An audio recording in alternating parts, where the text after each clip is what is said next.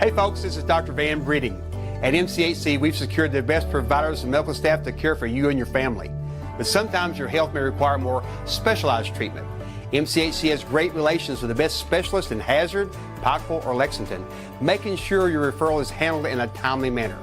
Your health is the number one priority of ours, and the ability to care for you is just another way Mountain Comprehensive Health Corporation is providing better health for a longer life. Hey, this is Oliver Simmons. You're listening to You Know the Drill with Wes and Brady. This is Aaron Harrison. You listening to You Know the Drill with Wes and Brady. This is Alex Fortress. I'm on with You Know the Drill with Wes and Brady, and hopefully it should be a good time.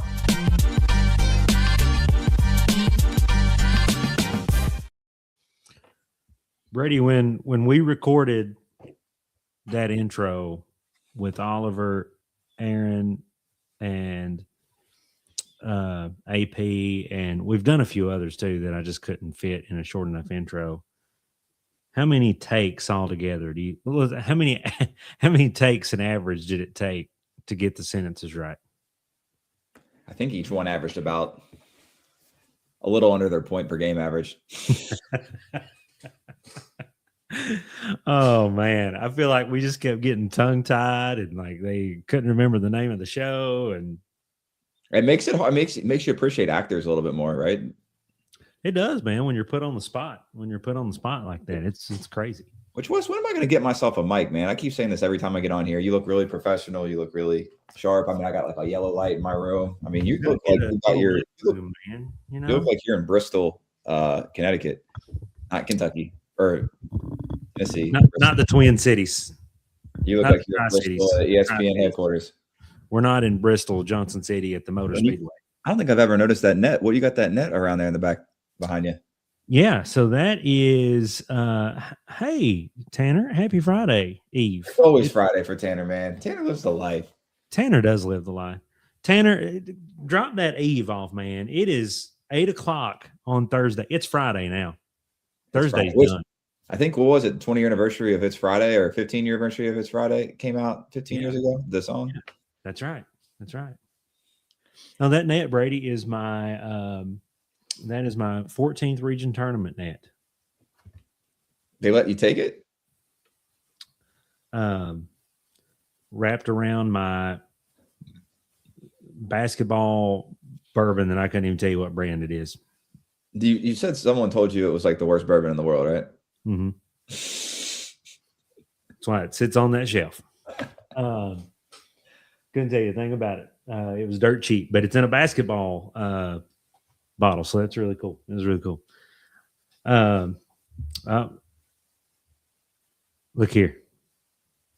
Tanner's got you covered. Send it to me, Tanner. I'll get it. Tanner has got you covered. He's gonna recommend me one of those Taylor Swift microphones where it's all glittery, and that's what he's gonna suggest me. Yep. That's what I hope it is. One of those like you sing into as a kid. You know, it's called like, it's a good idea. Maybe we have a little segment like that. I like that. Well, man, we are here. Listen, it's been kind of a crazy week since I feel like sometimes, Brady, we go Thursday to Thursday and not a lot happens.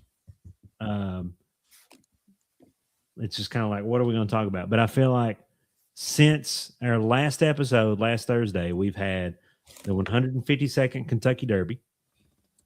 We have had the NCAA expand to 76 teams. We've had the NBA playoffs going on. We've had the Reds baseball going on. What else have we had going? I feel like there's more. We've had Reds. Bad week of the Reds. We've had rule changes in college basketball. Rule changes. We have had. Oh man, I feel like there's been some more. I know what has not happened. What has not happened? Kentucky has not signed another recruit or transfer. It's getting close to being. You know what's crazy is I think the NCAA, the high school recruiting period, I think starts this weekend, which is nuts. These guys just went from recruiting 30-year-olds to dropping down to 16-year-olds. So I think the live period opens up this weekend. So you've got a bunch of college coaches that are, have been talking to people that are looking to get their masters, and you got kids that are sophomores and juniors are about to go watch. I'm interested to see how the rest of this shakes out. This is the time. The start of the portal is kind of wild and crazy. Shout out to our friend Travis Branham. I don't know how he sleeps, because at the first, it goes sign. But at this point, it's like there's still some good people left, still some people that will drop out of the draft and come. And so it's kind of playing that game. Emily is right, though. What else has happened is Teacher Appreciation Week and Nurses Appreciation. Dang, they couldn't even split up the weeks. They had to be. They didn't let either one get their own. That's kind of bull. That's kind of BS. Yeah, that's crazy. Kind of BS. I wish I had an appreciation. I'm like appreciation. Maybe we create a Hometown 24 appreciation week and we blow it out. Yes. Want to be media stars appreciation. I think that's it. Well, I want to jump into what we're going to talk about today. As everybody knows, Brady, we've advertised the last couple of days our special guest. And I want to throw out there that we're both excited because Emily made this point a little bit ago. We've got so many guests in line that we kind of forget who we've got when. It's a good problem to have, Good it's like problem. Michigan basketball, right? You just can get every recruit. You just don't know who to take. That's it. We should start a challenge with Mark Pope. Who can get the most Zooms? He might beat us at that one. He gets a lot of Zooms. And he's gotten a Zoom. He's gotten a Zoom. Zoom Diallo. We'll talk more about that. Like we said, we've advertised. I'm so excited to get former Kentucky Wildcat elite defender Ashton Hagans on the show. Was on the team in your days as a Wildcat, Brady, and excited to get him on here. He just texted Brady. Brady might even pull it up on screen here, so you know that we're not lying to you. He just texted Brady a moment ago and said that his flight is delayed. And so he is actually on a plane in the air somewhere right now. Maybe listening. He could be listening. He may have bought the premium internet and is listening to the show on the. He's not flying Spirit. We know that. But he notified us about an hour and a half ago that he is postponing it. So we are going to do a recording with him and going to share in the immediate future. So we want to hear your questions. We will, if you put your questions in the comment section, we'll ask him that. I think we're going to record it potentially tomorrow. Yep. So shoot us your questions. We promise we're not false advertisers. This has happened to us twice now. It has happened to us We twice. need to start signing contracts with people or something, because. And what's so funny is our last one was Aaron Harrison. He was supposed to be on our live show from the Paddock Bourbon Club, and it was so funny because we were like, he's supposed to be here, so he's going to be here. He's not showing up. And I kid you not, we clicked the end stream button, and the dude walks in. He did. The dude walked in.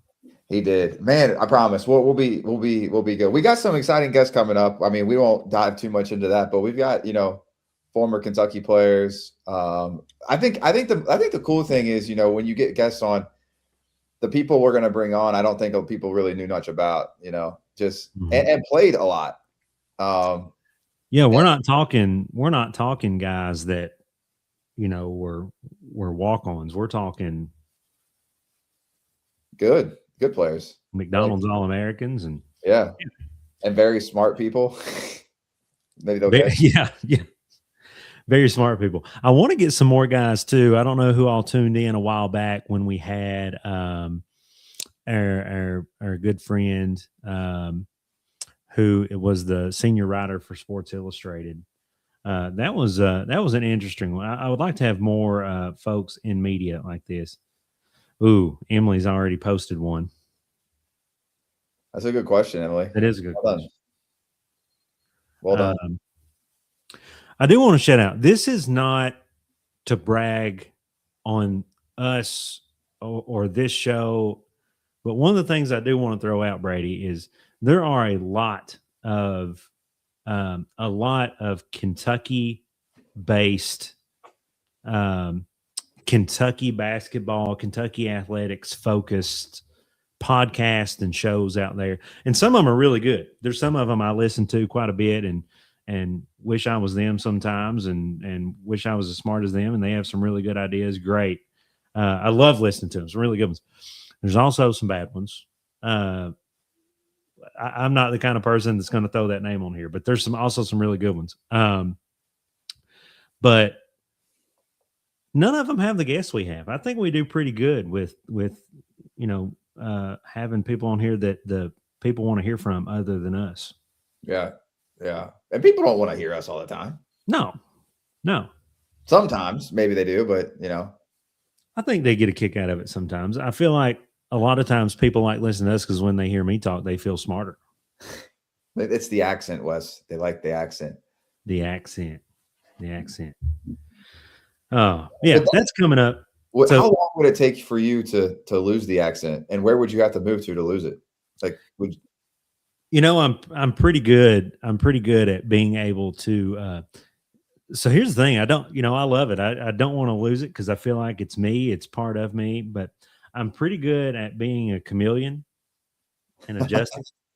I thought it was really funny because it was like my first week when I moved to Madisonville on that coaching staff at Madisonville North Hopkins. And we were hosting a summer tournament. And they wanted somebody to do some PA stuff. We didn't have anybody. Nobody showed up. It's summer games, right? And it wasn't like announcing starting lineups or anything like that, but to say a few things and go over some stuff. And I was like, guys, I'm just sitting here, like, I'll do it. And I think everybody in the room was like, oh God, got the hillbilly on here. But then like I did it, and I never will forget. I got up and I walked over there, and our head coach at the time, John Newton, he goes, "Man, you dropped that Eastern Kentucky real quick." He's like, "That didn't even sound like you were from the Like I can adjust. I can adjust when needed. That's going to be a good one too, Zach. That's a great question, Zach. We're planning to ask him something along the lines of that. That's a great question. Zach, another great recent guest we had on the show. So yeah, probably recording this tomorrow. He apologized for being on the flight. Had no idea. He thought he would be home. Ooh, that's a good one too, Emily. But we'll get these questions. Here's the thing. It won't be live with him. It's going to be pre-recorded. So we're getting your questions now, and he will answer them on the show when we post it. Yeah. Sometimes the guests can't make the 8 o'clock. I think that's where we have to adapt. But we're going to have some of these guests on the same time where we can do a live show. But it's hard to do lives. It's funny because these NBA players and guys like that, Brady, it's almost like they have lives. They do. And they're not sitting at home at 8 o'clock. They do. We're gonna have to get our act together, man. We got to get our shit together. We got nothing better to do. But it's gonna be good. It's gonna be good. A lot to talk about tonight, though. Like we mentioned earlier, a lot of stuff to go over. You know the drill. We're talking Mark Pope. We're talking portal. We're talking is Big Blue Nation somewhere between cautiously optimistic and refreshing Twitter like every 14 seconds. Guilty of that all the time, trying to see the news going on. We've added some pieces, still some big swings coming, some stuff coming.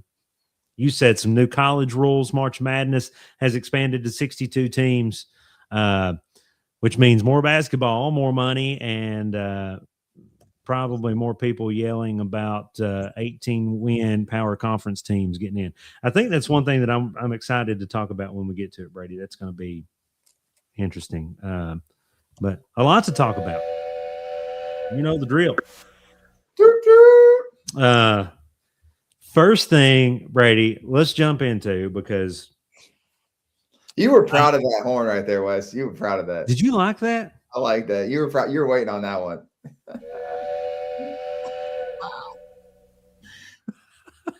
I like that. I was ready, man. I was ready. First thing I want to jump into is I really feel like, and I'm excited to hear everybody else's thought on this too, Brady. Before we got on there, I'm going to be like wired here in a minute, but before we got on here, I absolutely smashed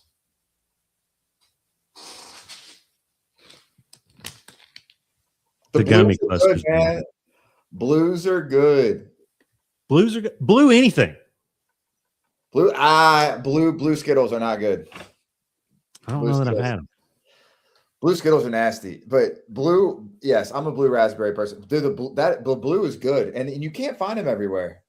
Can't find them anywhere.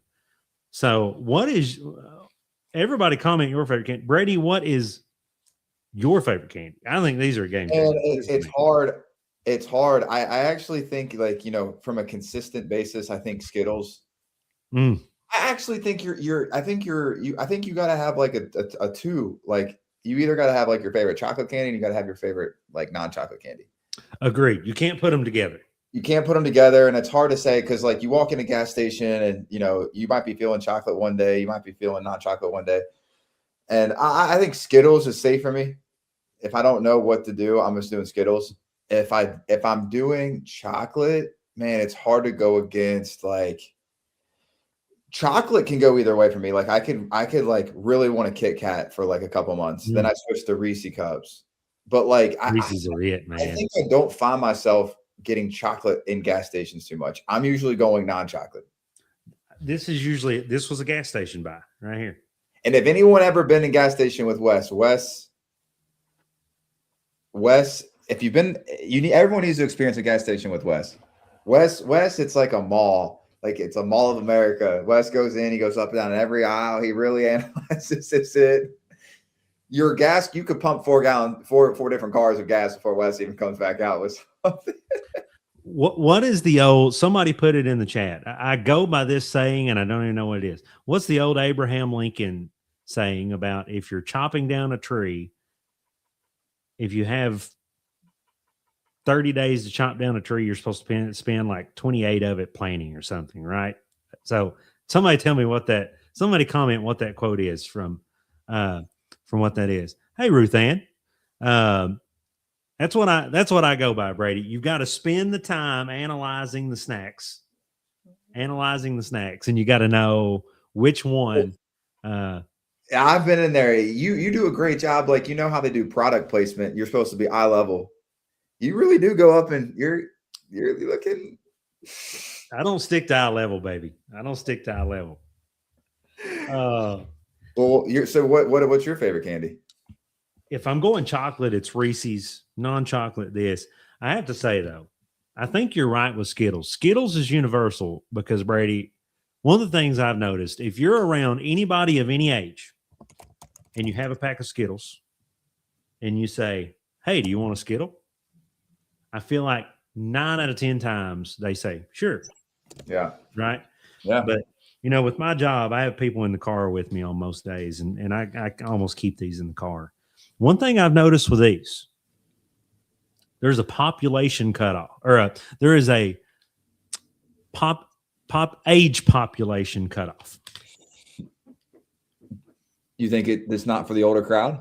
I don't think they know what it is. I think they're a little bit lost. I feel like if I have somebody that's 50 or younger most of the time, and I pull these out and I'm like, hey, you want a gummy cluster? They're like, yeah. But if they're like 50 or older, I feel like they look at it and then they go, no, I'm good. They need to, I mean, maybe, yeah, I agree. It's kind of like and it's in the packaging's not really built for an older person. They're not like, it's not appealing. I feel like I think the older crowd likes just like an old fashioned like Hershey bar. Like, Hershey or a bar. bit of honey. Or like an underrated one. I've never had a bit of honey. They're good. David, listen, I'm going to give you that. A bit of honey is it's not something I buy, but if somebody like in an office has a bit of honey in their jar, a bit of honey is a bit of honey. It doesn't look. It looks like kind of like toffee. Kind of. It's not necessarily chew. It's chewy after a minute. It's kind of hard at first. Oh, it's like it's like taffy. Yeah.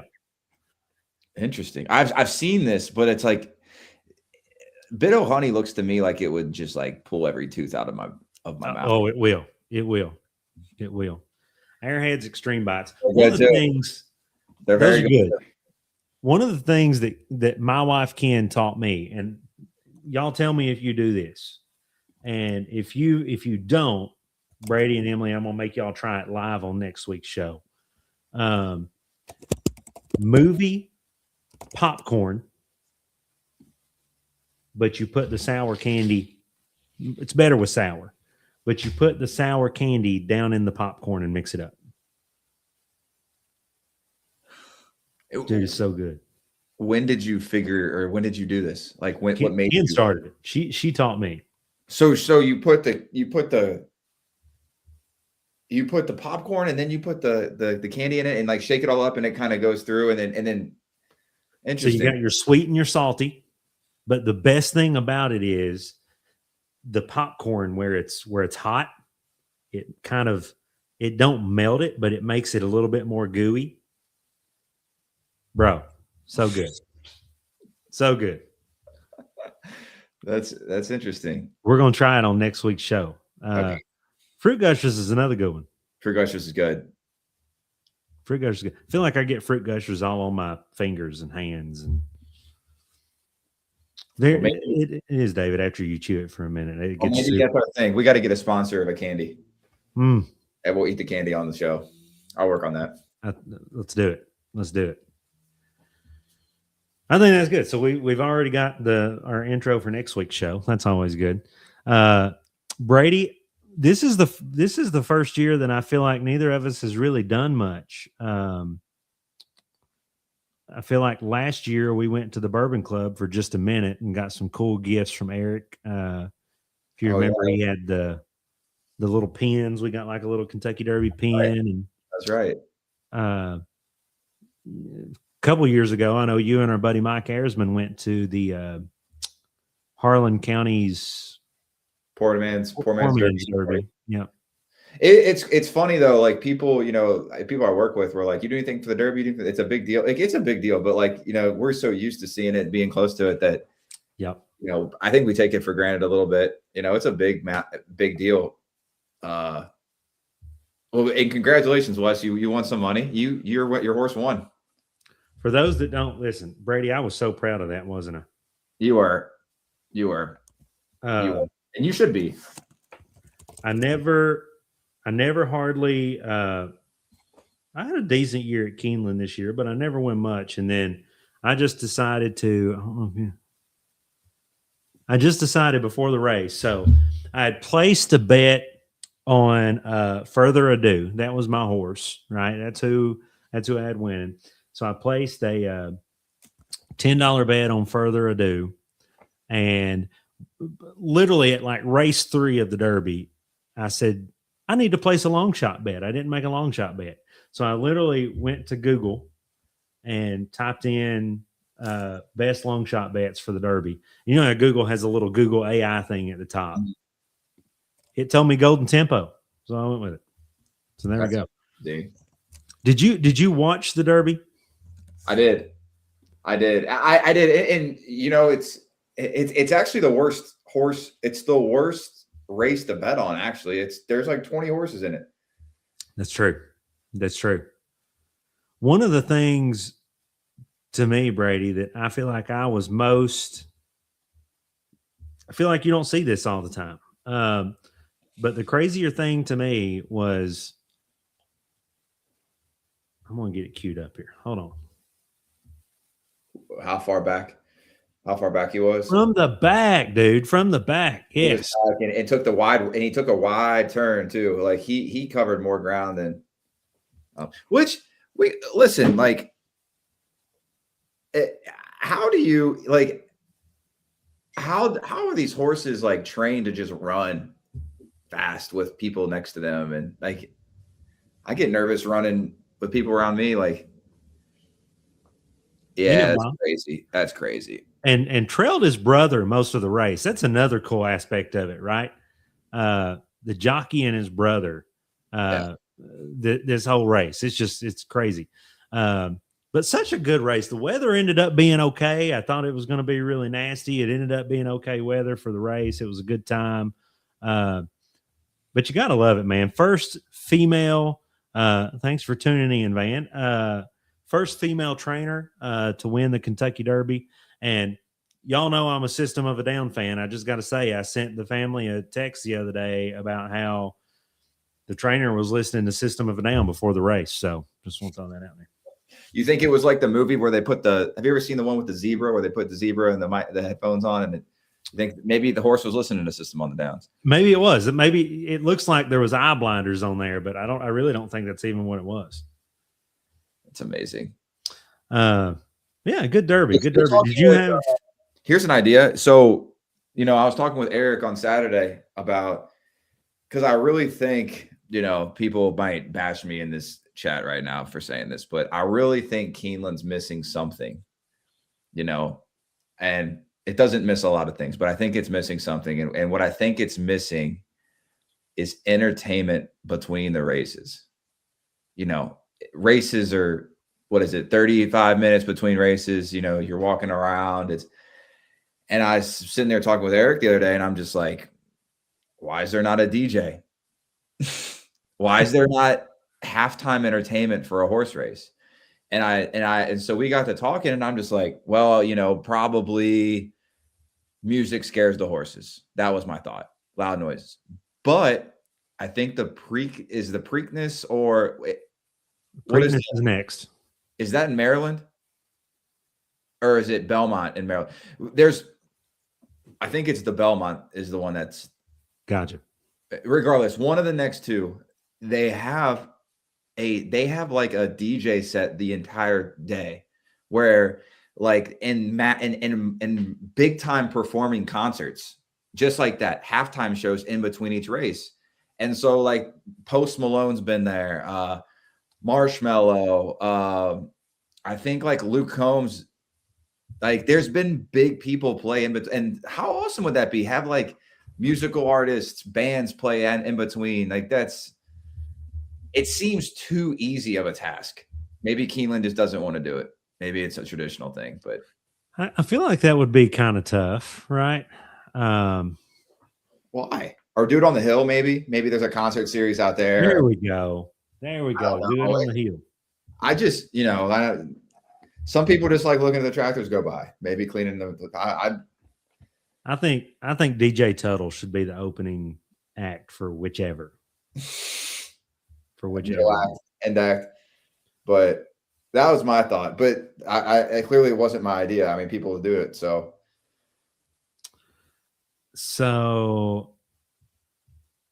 let's get on that. Let's reach out to Keeneland and tell him. What's your favorite song to hear a DJ play, Brady? Man, I don't know. I know it if I hear it, but I don't know, man. Just some entertainment, man. 35 minutes in between races. It's just too. It's not enough. Maybe maybe they do dog races in the turf. I don't know. Ooh, I like it. Dog race.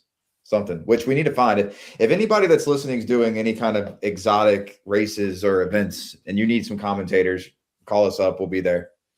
We want to do like a wiener dog race or curling. Our dream is do a golf scramble. We want to be at a par 3 at a golf scramble with our equipment. Wes will be Jim Nance. I'll be the other guy. Well, so I've already talked to Hometown 24, and we need to talk to we need to talk to the Hog Crew about doing the cow cut up on Raven Rock, because the first hole is a par 3 over a ravine. Ooh. And so people lose their shit on that first hole. And we need to be there. First hole's a par 3? Over a ravine. Dude, we got to do it. We can do interviews. We can have a camera maybe on the hole so we can see. I mean, dude, let's do it. I'm down for it. Well, we will talk about some basketball too, I promise. So the biggest thing that before we jump into Mark Pope, and I want to save that for the end, and we'll talk about it. We got some people mad at each other on TikTok last week, Brady. So I want to address that too when we get on here in a minute and tell them to stop crying. But anyway, new big thing that we just found out officially today. We knew it was coming, but we found out officially today. The NCAA tournament has expanded to 76 teams. I want everybody's thoughts on that. Comment your thoughts. Is that a good thing? Is it a bad thing? I want to know. Some people feel like it takes away from being in that top 64. And then some people think that 76 is great. So I want to hear everybody's thoughts on that. It's, I guess, really 68 now that we've added the play-in games, but now up to 76. Let us know your thoughts. So a couple breakdowns on that, Brady, before I want to jump into your thoughts is, so you have 76 total teams. The 8 additional teams are at-large selections. Okay, so at-large selections. So what that means, if you're an at-large selections, that's essentially your bubble teams, right? So your teams that have been on the bubble in the past, they can now make it in. An at-large team is that team that wins their right to be in the tournament without winning their conference championship. So you do have those. So the 12 lowest seed automatic qualifiers, which are your conference tournament winners, and the 12 lowest seeded at-large teams will play in the opening round.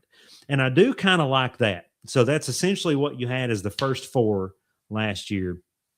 This year will be that new round of 76. So 12 games, 6 at-large, 6 automatic qualifier games will be played as triple headers on Tuesday and Wednesday. 12 teams advancing from these games will join the other 52 teams in the round of 64. I like it because that makes that Tuesday and Wednesday, you've got 6 of those games that will continue. One of them will be played in Dayton. The other 6 games will be played at a site yet to be determined. I'm kind of excited about it. What's your thoughts, Brady? It's different. I like more games. I don't like more teams. I think what's going to happen now, a lot of coaching jobs are on the line. People always say they got to make a tournament this year to save their job.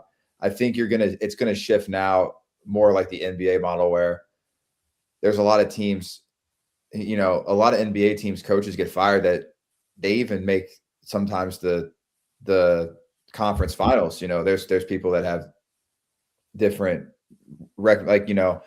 so I think now the prerequisite of coaches getting fired might be they have to make, they might have to make a second or third round, to really feel accomplished with their season. Sure. Zach don't like it. Yeah, it's a money thing. The NCAA is getting an extra, more money. The thing that I like about it is, it was what, like $130 million or something like that they anticipate will be made off of this. Yeah, it's more TV money revenue, and yep. The thing that's kind of frustrating a little bit is they're doing everything. Well, I don't even think it's frustrating. They're doing more and more you're not going to see more of these mid-major upsets anymore. Like it's just those small schools making it, like your Florida Gulf Coast, Dunk City, where they won those 2 games. Like that's just not happening anymore. And the NIL and the transfer portal hurt that, but now even more adding these bigger teams to the field.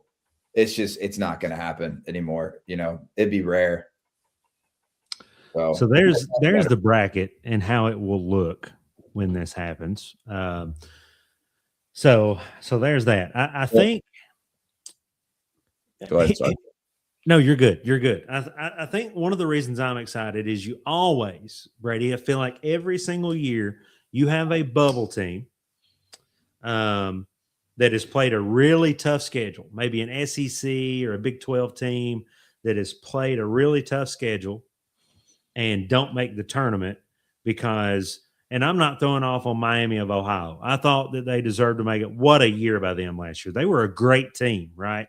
But in years past, you've had those teams that Big 12 or SEC team felt like they deserved it better. Well, now you're in. Pony up. Mm-hmm. Pony up. You better win now. you whined and cried. You better win now, baby. You're in, right?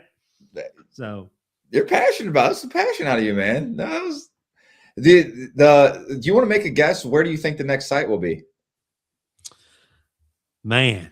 I mean, it's probably, you got to think like, do they do something in the Midwest maybe? Or I kind of want it, Brady, to be somewhere. I think that's fair, right? To do it in the Midwest or further out west since you have the one in Dayton. But my thing is have it at a place that typically don't host any of the tournament where those fans can enjoy something that they never get to enjoy. What would be good? I was thinking kind of what came to my mind was mine was thinking like Creighton, Nebraska. They host the college baseball World Series, but you know, that city's kind of set up for something like that. It's kind of not total. I don't know what time zone they're looking to get in, you know, but I like Dayton, small town. Love it. I don't know. It's going to be hard because like you can't, I guess the same. I don't know. I mean, you got West Coast, you got Pacific time zone travel to Dayton all the time. I guess it really doesn't matter. Throw your guesses in there, guys. Whatever that. Where would you like to see? Give us a guess. Or where you would like, or you know, do it at. But they did it at like the Hoosier gym. Maybe somewhere historic. So according to, I just want to throw this out there because it did help me win the Derby. The Great Mason County Gymnasium. There we go, Don. I don't know if they got enough hotels there, but according to AI, that predicted Golden Tempo for me winning the Kentucky Derby, Salt Lake City is the most likely. Interesting. I wonder why. Most likely. I don't know. I guess maybe it says that it's in Mountain Time, which makes the time slot better. Big enough airport to handle it. They do have an NBA arena to play it in. Strong NCAA history. And says it helps just balance Dayton geographically, being out in the West. I could get down with that. Yeah. I agree with David. Salt Lake is, you know, it's pretty. It's pretty. It's a clean and fairly safe city. We'll travel out there. Honestly, if there was a event, I mean, this would be a great opportunity for Cincinnati to host. Yeah. Like if they could do a Dayton in Cincinnati, but there's just not really a gym that can hold it. I mean, there is, but you would have to play it I guess they play at Dayton's college. I mean, you could do it at UC or Xavier, or you could. Do you want to keep it in Ohio or something? I don't know. Well, this sounds like they're almost definite gonna have it in a different time zone than Eastern. So we'll see. We'll see how that goes. Well, be interesting. It'll be interesting. So Zach, you said horrible. Tell us why. If you don't like the 76 team expansion, tell us why. What don't you like about it? Be interesting to hear. Be interesting. Brady, who was your pick for the Derby? I actually didn't really do one. I picked I I think I picked like the favorite or the second person, and I just did like a win play show for like $2. Like I don't mess with horses. I don't like horses. I don't ever win a horse. So I'm not like you, but I don't win a horse, and I'll never go to the Derby again unless I'm paying big money. It's not it's not really that like friendly for a fan. I feel I enjoyed used to going, but the thing about the Derby, man, I feel like you can spend a lot of money because it costs a lot of money, and you can go and you can have absolute terrible weather because you're in the spring, you're right at the start of May. There's a very good chance you're not going to have good weather. Yeah, it was actually ended up being perfect for him this week. So David had Commandment. The other thing that what sucks is he's not the horse isn't even racing in the Preakness. I saw that. That's saving up for the end. Which it is. You kind of want to see a Triple Crown winner, right? But shout out to Claiborne Farms. They're just right up the road. That's where right up the road. Yeah. How crazy was the stat that there was? Tell me if I'm wrong, but I want to think I read that only one horse in the Derby this year, only one, was not a descendant of Secretariat. That's wild. That is crazy. That is crazy. It's and like it traced all the way back. It's wild. Yep. Crazy. There was I saw an interview with a guy that he was a horse purchaser or something. I don't even know what you call it. Owner, like he goes and buys horses, and he said that, you know, the two things he looks at, it's the genes of like whatever they call it, the family tree of whatever. That's the main thing, and then the rest is like how he walks, how he trot, like just the body movements. And they can tell just from that, you know. It's crazy. Now, John Kitchen, I want an explanation. Tell us what the Triple Crown of Knott County is. Knott County legend John Kitchen in the house today. I'm ready to do one of these shows at Halligan's Bar and Grill. We will. We keep telling them. We like what's it called where you oh gosh, you bail. What's it called? Like when you're on a date and you bail. That's what we're doing on him. We're standing him up. We're standing him up. Yeah. We know John Kitchen. John Kitchen's been stood up many times by dates, I'm sure, right, John?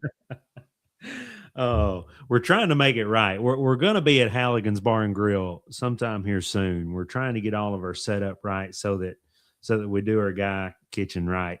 But it's coming. It's coming. Brady, just this week, something else exciting that happened that, you know, we talked about, and I purposely withheld mentioning this in there. This week, Coach Mark Pope of the Kentucky Wildcats posted a video to his personal accounts asking the fan base for questions. A lot of people, and hey, if that's where we want home to be too. We'll get there. We will get there. But a lot of people really, Brady, this has been so controversial. And here's my thoughts. You know that he knew what a lot of these comments were going to be. So why did he do it? We have no idea. Yes, Tanner. Yes, because he knew. He knew. We love you too, Kitchen. We love you too, man. But y'all, he posted the little video on X asking Big Blue Nation to send him questions. Said he's been gone for a while, but he's back and he was ready to talk some hoops with BBN. Said would answer questions to everybody in the next couple of days. The timing of this is so incredible because he had been radio silent for a while, Brady, for a couple weeks. Nobody had heard from Mark Pope. You kept getting you kept getting little snippets that he was flying to Tel Aviv to see Marcio Santos, and he was flying here to see this person, but you didn't hear from him. And it was so funny because one of the first comments on that was basically, "Where you been?" Right? Where have you been? So it's really interesting. A lot of people are frustrated with recruiting misses that they call misses. And that can turn into a roast session quick. What's your thoughts on Mark Pope's Q&A on social media? I'm going to go probably on the opposite. I think it was very poor judgment for whoever was advising that one. I don't think you can. I think he's turned it around to be sort of good, like how he's approached the questions the last couple of days. But for him to put himself in the crosshairs of the fans out there like that, like I think it was I don't know. I mean, if you see those comments, it's brutal, but I don't know. I wasn't a fan of it. I think I don't hate that he's quiet, you know. I mean, it's not like he needs to come out and say anything or do anything. I mean, it's not like there's a need, but I think the more like thing I would be worried about for him is there's clearly like a lack of control. I think where, you know, he's kind of reacting to how people are reacting. And I think in this job, we talked last week, you got to be really confident in yourself to kind of do things your way, whether the fans or the media tells you to do something. Because it was interesting timing. I think there was some other bloggers in the media space that said, "Where is he?" You know, we haven't heard from him. And then it just so happens a day or two later, he posts that. I think the response. You can't react to stuff like that, and you just got to trust that, you know, you're going to get players, you're going to win and do it. I just don't like the reactionary piece. You know, do things on your own timeline. You're the head coach of one of the best programs in the country. Like, do it on your own. So I wasn't a huge fan of it. You know, we'll see how it turns around. I think now it's kind of becoming a little bit of a joke. You know, he's turned it into something where it's kind of funny-ish, or I wasn't a big fan of it, to be honest with you. But it's interesting. It's interesting. David likes it. I don't know, Brady. I don't know that I can't sit here and say I love it. Right. But I also think I'm a little bit on the side of Tanner. Dude, gutsy, because I'm like you. I don't know about the reactionary piece. I don't know that I like that. But at the same time, he could try to beat around the bush and get around all of the sentiment out there at the moment, or he can just go nose first. Everything you do, when I was at Kentucky, right, the thing that we always try to keep in mind is everything you do should have recruiting in mind. You know, everything that Cal did, or everything a staff did, or everything we did as a team should be you're always thinking recruiting. So if you're not doing something on social media or on something that doesn't impact recruiting in a positive way, like, you shouldn't do it. And that was really hard that's really hard to do at Kentucky with the fans. And I say that respectfully because, you know, you just don't know how things will react, because this job at Kentucky requires you to cater to fans. Like, it's a whole other, not many people have to do that. So, like, you know, I think right now a lot of what he's doing, you know, I think the whole keeping fans happy is kind of cluttering his mind. You know, I think that's probably a worry for him. Sure. So, you know, like, you know, like I don't know if I'm really making too much sense here, but for example, you know, when we would put out, like, you know, gear videos, you know, shoe videos, you know, cool hype videos, like, really, to be honest with you, it wasn't really for the fans. You know, I'm not going to sit here and lie to you. Like, putting on a hype video for the season, like, yeah, it's cool for the fans, but you know what? That's for the recruit. That's a junior sitting there on his couch. Like, that's who it's for. So sure. That's where I hope that they're kind of keeping that in the back of their mind, that, like, now don't lose track of that and kind of folding. But that's my 2 cents. No, I like it. I like and you know, there's a lot of that I agree with, and I think you hit on something exactly right. Everything you do, you have to have recruiting in mind right now. Um, and it was really interesting to me, Brady, his answer to one of those questions. I'm going to pull it up on the screen here. I feel like was a question that was directly targeted at recruiting. So let's jump right to the questions. Kyle S. Robertson, is Kentucky being used by players to leverage for more NIL? Yes. We're the biggest brand in basketball. Next. So interesting take there. He gets sent straight to the question, man, of is Kentucky basketball getting used as leverage for more NIL? And you think Zoom Diallo, you think Rob Wright III, you think Tyron Stokes. They both kind of came on these visits of Kentucky to later come out and say they really had no interest in going to Kentucky to maybe get their respective schools to maybe up the ante a little bit. How do you feel about him addressing that question with that answer? I think it's something you have to, as probably one of the hardest jobs to decipher that from the kid, that information. All you're doing in recruiting is gathering information, and you got to figure out what information is right and what's wrong. And if your staff isn't elite at gathering information, you're going to fail. Mm-hmm. And that is the staff's job. It's not even the head coach's job.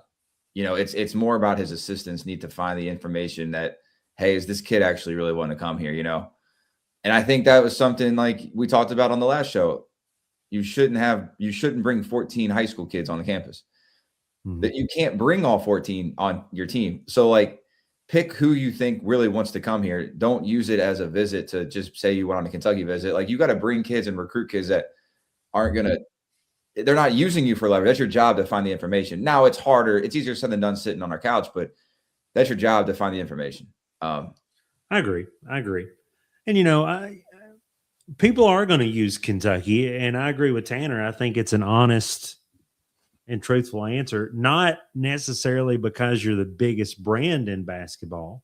You're one of the bigger brands, but because you spent $22 million on a roster last year, and that's all you heard in the news, right? Mm-hmm. All you heard. You turn on the TV to watch a basketball game, and it was a Kentucky game. They were going to mention the $22 million roster. And the problem with that is you really only have one shot at that 22, right? You see now these other schools have 30 million, 22 million. It's and then you just wasted 22 million. So how are you going to get these people to give you this money again, knowing that, you didn't, Yeah. it's like when you get, it's like you get out, I don't know the good example I was trying to go there, but you got to now earn trust back from your donors to give you money. Yeah. No, I'm with you. Interesting decision there by whoever decided Mark Pope should do this. Either way, good or bad, it's interesting. Speaking of Mark Pope's Twitter, Brady, me and you both talked today. If you have already seen this and read the comments on it, do not answer. That's cheating. Don't answer.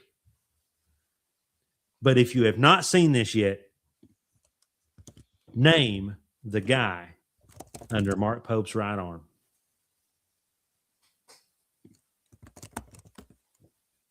If you have not seen this and read the comments yet.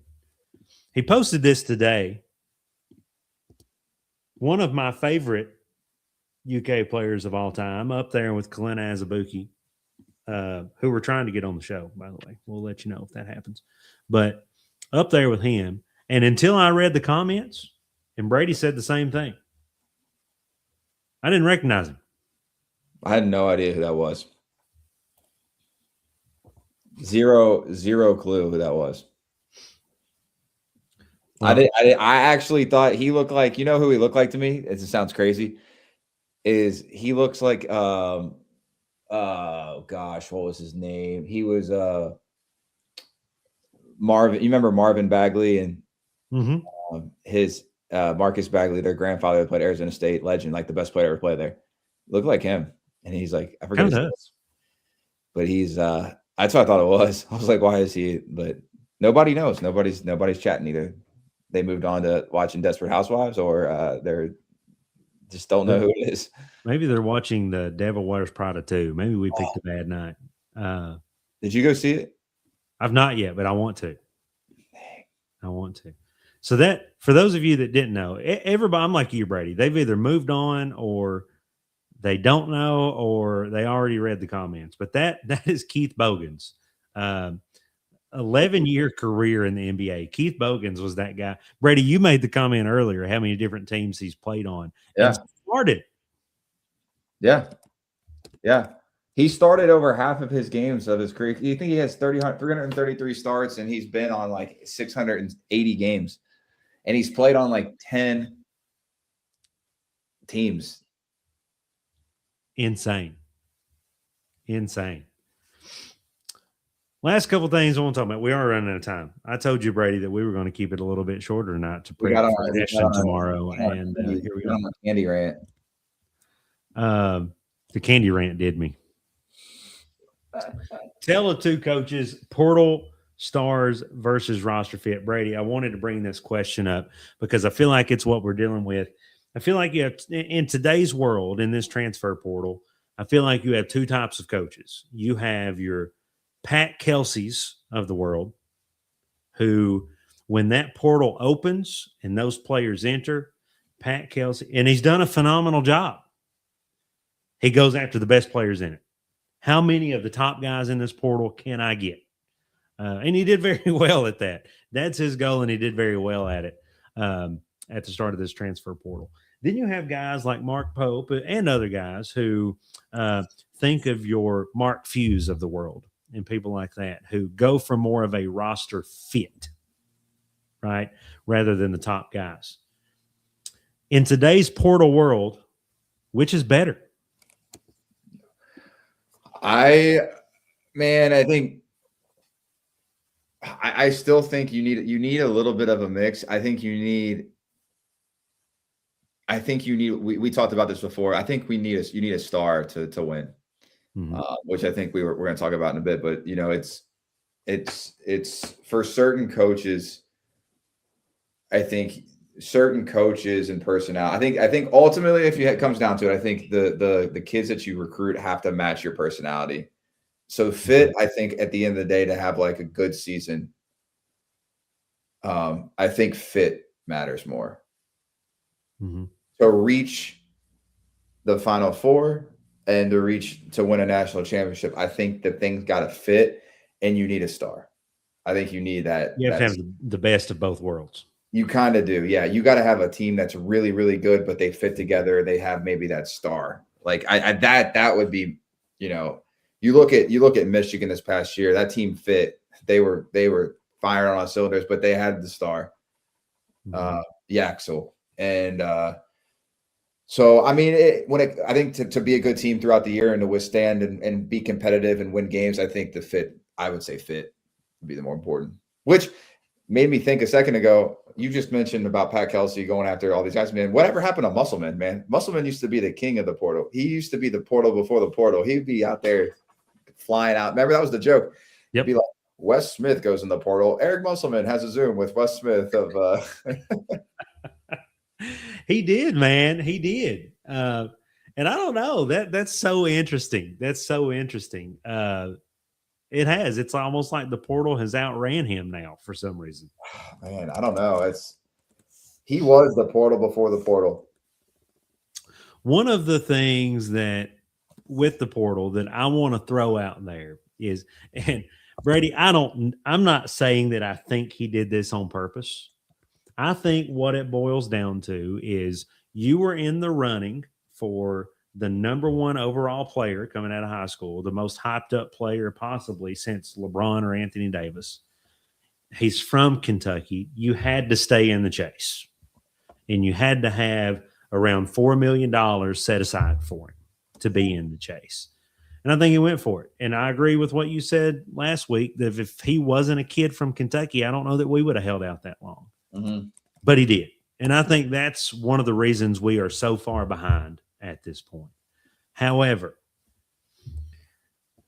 by chance or by design, you do have several names, such as Graves and Momcilovic, that are in the draft and are testing the waters. And if they come out of the draft, who's going to have the money to pay for them? Kentucky has a chance. Kentucky is going to have the money. So you got to think that we're going to be in a really good running for that. So that's going to be interesting. That's going to be interesting.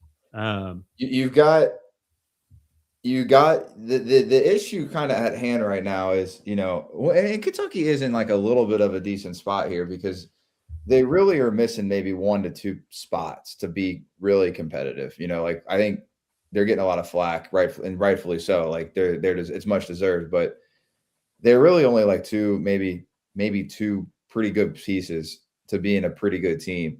So if Momcilovic pops out of the draft, like he can look at this roster and say, okay, I can help them maybe get to a Sweet 16. Like, whereas if he goes to, if he gets out of the draft and he goes to like a team like LSU that's got all these roster spots available, like you really don't know, like, am I making a tournament? Or so there's some intriguing things about a Kentucky roster right now that if you're a guy like him, you see instant starting position, instant shots, and you can maybe elevate that team to the maybe next weekend of the tournament, which I think would be appealing to him. So is he probably the guy that could change this up for Kentucky and make them really Yeah, I think so. What's interesting too is I was looking up his agent earlier. His agent actually he's with Excel. His agent's Tyler Hero's agent. And also, I mean, his agents reps a lot of people in the NBA. It's not, it has nothing to do really. I'm not saying it's a Kentucky, pipeline. He's got like Jokic and, he's got some big names, but yeah, it's because I read a report where, it really wasn't him that did the Zoom. It was his people. So that's why I looked up his representation to kind of see maybe who. So clear that in the air too, because that's been a common misconception of, hey, they had a Zoom with him today, but it was more of a Zoom with his people. Yeah, I think he's, the problem with the NBA, man, some of these guys just like, they get tired of college, and we think, the money's great and all this, but like, dude, people don't like going to class. It's, you're living. We say college and it's the NBA now as professional, but they're still living like, a kid in a roundabout way. And some people just outgrow that. Yeah. They don't want to live, they don't want to ignore the school. Some of the stuff just gets old, so I don't know, man. It'll be interesting. It'll be interesting what happens. Like I said, there's a couple names in there that could change things up. We'll see about that. What happens? Kentucky has the money. We'll see. We'll see what happens. Again, just a reminder, tomorrow, probably tomorrow, we're banking on tomorrow, not banking on it, we're prepping for tomorrow. Our interview with Ashton Hagans. Post your questions here. We will ask those to him tomorrow. Few good ones already in the chat. Brady, you mentioned it. A lot of people forget the impact that Ashton had at Kentucky and the team with the teams he was on. Yeah. No, we were talking today on the phone briefly. Just, Ashton's a guy that I think is probably one of the more underappreciated players probably ever at Kentucky. Perfect complementary piece that played with, elite guards and kind of pulled everyone together. Like he didn't require shots. He could make an open three, could really defend. I did some stupid stuff at times in games that made you scratch your head, but like you always knew that, like you always knew he would compete and you knew that he could like just work like tirelessly at defending. Like he was content not shooting, which was the beautiful thing. And what I told you was today, I said, Ashton's a guy that every school in America right now is looking to find their Ashton Higgins in the portal. You know, they're looking for that guard that can lead your team and be tough and defend. And, you know, that's who they're looking for. And the best thing about Ashton is like he could kind of shoot. Like he had to be respectful to shoot. I know he's known as a downhill defender or a downhill guard, but he could really shoot. Yeah. But yeah. He always reminded me of that guy, you know, when you think of, especially during the time period that Ashton Higgins was here, you know, 2018, 2020-ish, he was one of those Calipari guards that was so quick in movement. Think of your John Wall, Eric Bledsoe's. Man, shifty, just absolute shifty. And first step quickness, crazy. Well, Hayes, fill in your questions and tune in. He will be on the show, pre-recorded show that we are recording tomorrow. So if you've got a question you would like to hear from Ashton Higgins, have him answer. We'll post that video with him answering those questions. And there's a lot of things that people don't even know about Ashton that hopefully he'll talk about. I think I told you that too. It's like he's a guy that I don't think a lot of people knew, or, you know, again, just because of him being so quiet and a lot of stars around him, you know, I think is something that people will like to hear about. You got to think he played on teams with Emmanuel Quickly, Tyler Hero, Tyler Ulis, crazy star-studded teams with guards in his couple years at Kentucky. You got to remember, we actually recruited Ashton late because we didn't have a point guard for that Tyler Hero team. Yep. Was committed originally to Georgia. A lot of people don't realize, but we'll talk more about that with him on the show when we record it tomorrow. It's going to be fun. And like you mentioned earlier, Brady, a lot of big guests coming. We're not going to tell you all the names right now, but a lot of big guests lined up throughout the month of May and June. It's going to be a good time. It'll be good. And if you guys have guests that you want on the show and you're willing to give a referral, we'll have them on too. Absolutely. Tanner, you can get us, I promise, Tanner, if you can get us an Indiana person, we'll get them on. We'll chop shop. We would have never been allowed to have Bobby Knight because Josh makes Hometown 24 stay PG. Yeah. If you guys want, though, this is the last thing I'll leave you with. If you need a little nighttime laugh, one of the best YouTube videos of all time is the Bobby Knight show outtakes. Wes, have you seen it? Oh, yeah. Best YouTube video. There you go, Tanner. Yeah. Jordy Holes. We'll get him on. Damn. All right, Wes.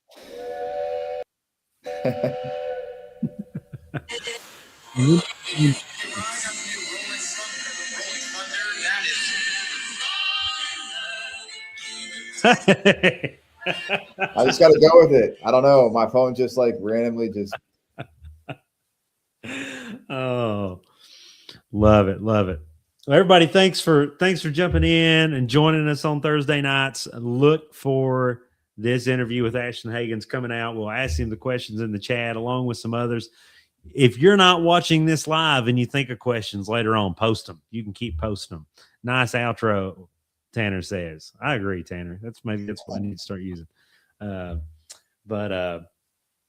Yeah, post them. We'll ask the questions.